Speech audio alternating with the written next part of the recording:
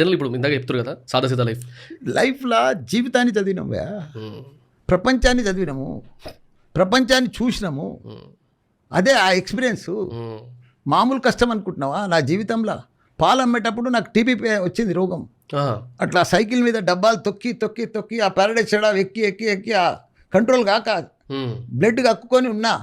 అట్లా 40 ఏళ్ళ కింద మరి 76, 77, 78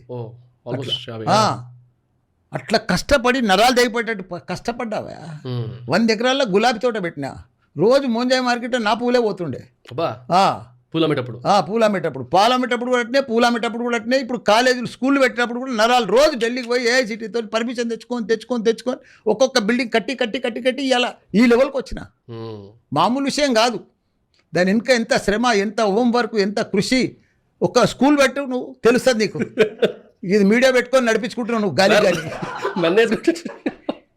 ఒక స్కూల్ పెట్టు, ఎంత తక్లీఫ్ అవుతుంది, ఎంత కష్టం అవుతుంది. అసలు మేము ఇట్లా స్కూళ్ళు, కాలేజీలు, మెడికల్ కాలేజీలు ఇట్లా పెడితేనే ఉన్నాం. ఎందుకు అంత పనితనం దాని వెనుక, అంత హార్డ్ వర్క్ దాని వెనుక, అంత ప్లానింగ్.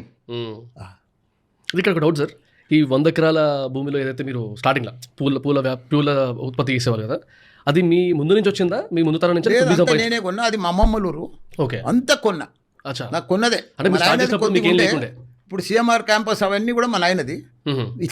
ఇక్కడంతా మల్లారెడ్డిది అంతా నేనే తీసుకున్నా. మా నాయన కూడా మంచిగా ఉంటుండే, పర్ఫెక్ట్ ఆస్తిపరుడు. అప్పటికే ఉండే. మరి మీరు దాని తర్వాత నేను కూడా మంచిగా భూములన్నీ కొని పెట్టినా, గులాబీ తోట పెట్టినా. ఆ గులాబీ తోటల్ని ఇప్పుడు కాలేజీలు కట్టినా.